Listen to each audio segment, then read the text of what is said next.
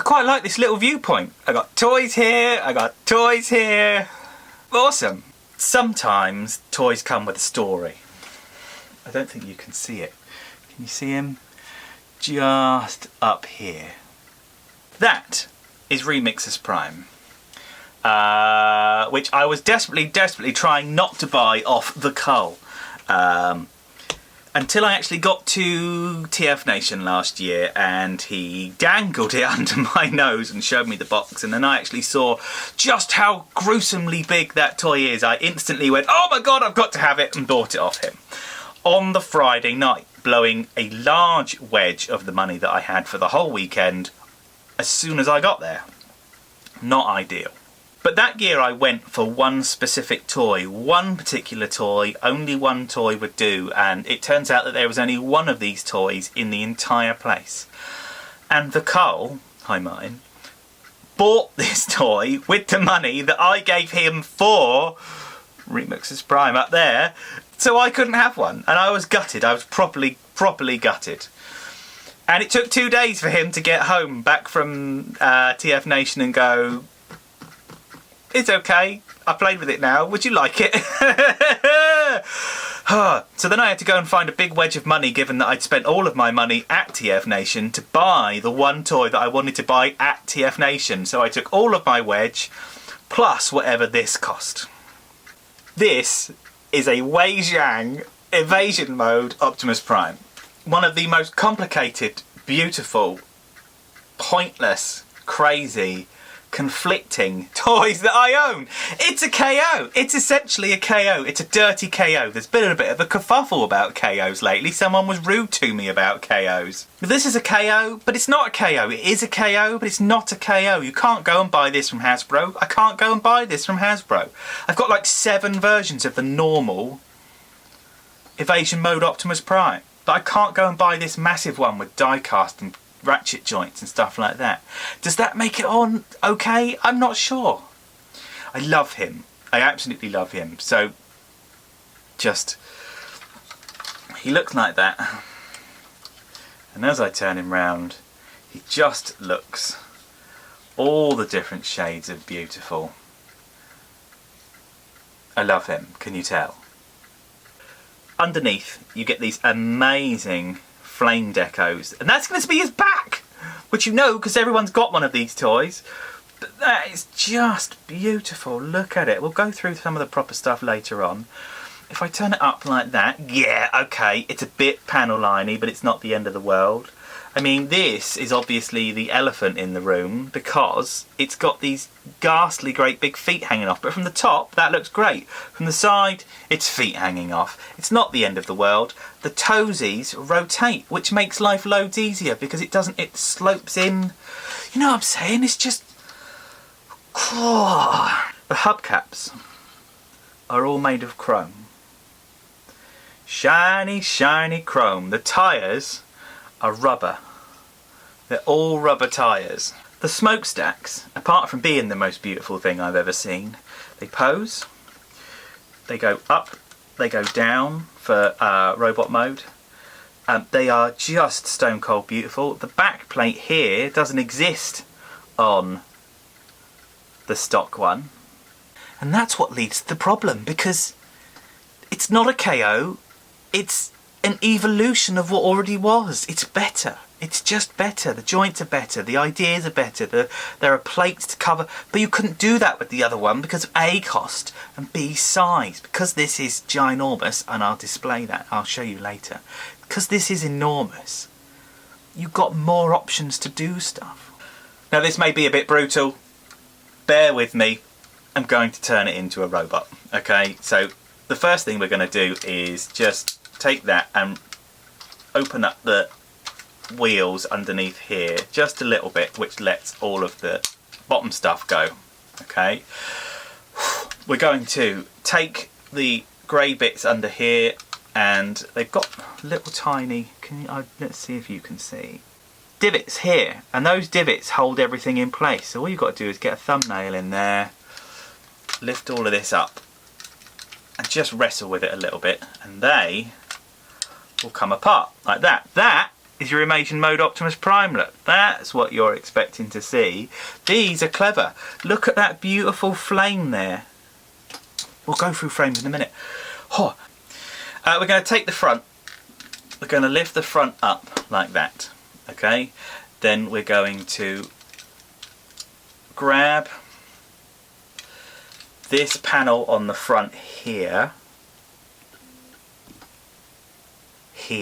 Open up the side plates.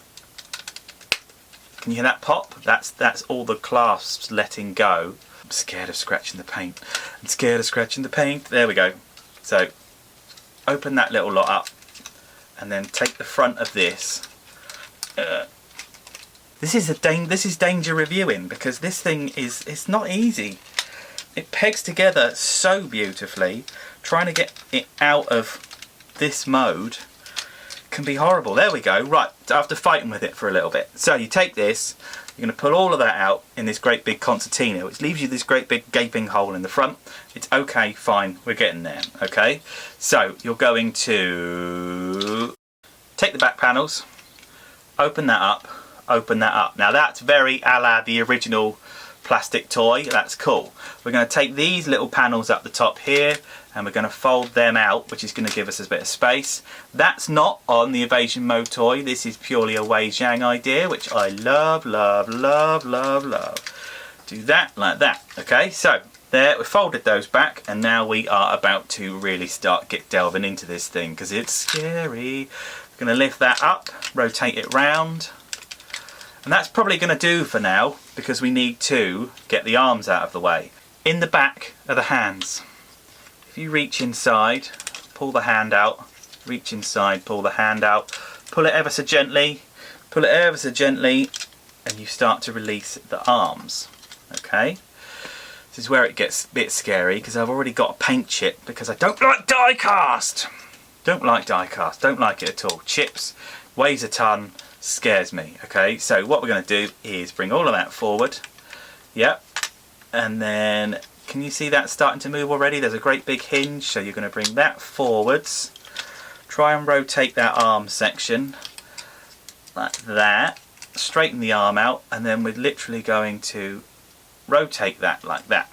Let's see if we can make this a bit more graceful for this one. So we're going to grab the arm, pull the arm all the way forward. We're going to rotate this out ever so slightly, which is going to give us a bit more space, and then bring the shoulder joint forwards like that, so the arm's all forwards, and then ready, open that around like that and like that, and now we've turned them inside out. Can you see what a robot spangly mess this is? It's an absolute mess at the moment, but we are getting there. Okay, so we're going to hold those up like that. We're going to push that forward like that. We're going to take the front and push it down. The bits become the bits become the bits. I love it. It's absolutely fantastic. So, as that pushes up, we're going to push the doors inwards and push the doors inwards, and there are pockets that everything's going to sit in nicely, like so. So when you do that, you start to get the front of Optimus coming together.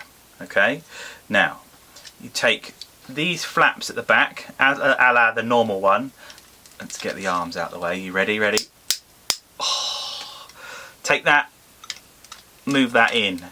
Take that bit, move that in, which leaves you a bit more of a space to fold things away. I'm going to take the back panel here, move it up. Okay, you're going to take these big exhaust pipes that are here, you're going to lift all of that up so the exhaust pipes face upwards, lean all of this forward, which is going to become his shoulders. Now, on the normal one, on the little tiny Takara one, this bit is vaguely useful, but it doesn't really peg together. On this thing, it pegs it together like you wouldn't believe. You haven't got to worry at all about floppiness on this one. It is going to be in for good. So we take that all the way forwards, all the way forwards.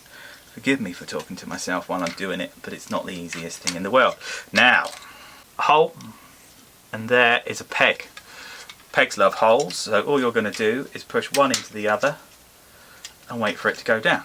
Lovely jubbly. You're going to do exactly the same thing over here, which is going to be much easier because the front one lines up, and there are exactly the same peg holes in the back here that you're going to push all of this stuff into as well, and we are lined up. Lovely jubbly. That makes all the head and chest and everything sit in the right place, so when you shut the doors you have the top half of Optimus Prime. Lovely jubbly.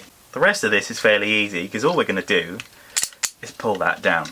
Take that, spread the wings, spread the wheels. Wheels, not wings. Okay? Split the legs. Lovely jubbly. Take the toesies, rotate the toesies so they're on the feet properly, and then as with the other one, all you're going to do is take this, rotate the entire bottom of the leg like that, bring the toe up, and that forms, if you fiddle with it and fandangle it a little bit, 1, 2, 3, there we go. The leg, super duper. This gives you a bit of rocker and it gives you a bit of toe movement. Now, the thing that's amazing about this one is the studio model, the character model, the one that goes, I will kill you all, which I love, but everyone else hates. So, if you unpeg this back wheel and rotate that up, there is a hole up here because on the studio model he's got 2 wheels up the top and 1 wheel down the bottom and not the other way around, which I think is an absolute stroke of genius. And all it does is hinge on the knee joint. Pull out, rotate, push up, push the wheel in, and it's even got a little divot that it's going to sit in. Lovely. Okay, widen the wheel. So we're going to do the same thing here. Let's see if we can be a bit more eloquent with it. We're going to pull the leg and the foot at the same time. Everything's going to fold down like this in one big lovely motion. Job to turn up, turn the toe in place. Optimus Prime. Now just to tidy him up a little bit, we're going to take these, we're going to rotate them. I have done something wrong. Word to the wise, make sure those are in those positions before you put all of the shoulder pieces in place, otherwise it doesn't work properly. Turn the back panels up, just like he looks like in the film. They're the faux gas tanks on the back. It's all good in the hood, I still love it anyway. Okay, now all you need to do now is twist the arm out, it's a very stiff joint, okay, and then take this, open up the gas tank, fold the big blue flappy plate in half, okay, spin it like that, and there is a peg and a hook, can you see? And then the peg goes in the hook and sits it in place. Turn the gas tank down, because that's how he is in the film, and press in the thing. Let's be a bit better on the other side. So take that, open it up, fold it in half, spin the arm so it's in the right rotation, take this, fold it over, stick it in the little hook. Lovely jubbly, clickety click, I'm going to get into it now, turn it over. There we have evasion mode, Optimus Prime. Now, there are a few things that I love about this, mainly all of the things that I love about this. There's one thing I don't love about this, which I'll get out of the way now. The hands aren't particularly good. I don't really love them. What you've got to do, because of the way they're folded, is turn the hands around like that. See how closely I can get in with the hands. Hands, okay? Loads of detail. Got a bit of wiggle. Will rotate lovely. Got a really, really good thumb that will go up like that. Or you can have the thumb turn down and in like that, see? So there's loads of possibility for the thumb, but the fingers are just seeker fingers, but without the index finger, which is a little bit disappointing. So when you want him to hold stuff, he's got a joint there and a joint there. It's not as good as it could be. He does do some wonderful things. For starters, he makes these noises. Doesn't ratchet at the elbow, which is a shame. If you do his, beautiful, buttery out like that. Clicks at the knee. Just absolutely beautiful. I forgot part of his transformation. Take this where the second wheel was, close it down around the wheel, which folds it down. Same thing on the other side because I'm an idiot and forgot to do it. Let's have a good look. Stay there. Let's just do a tour of him.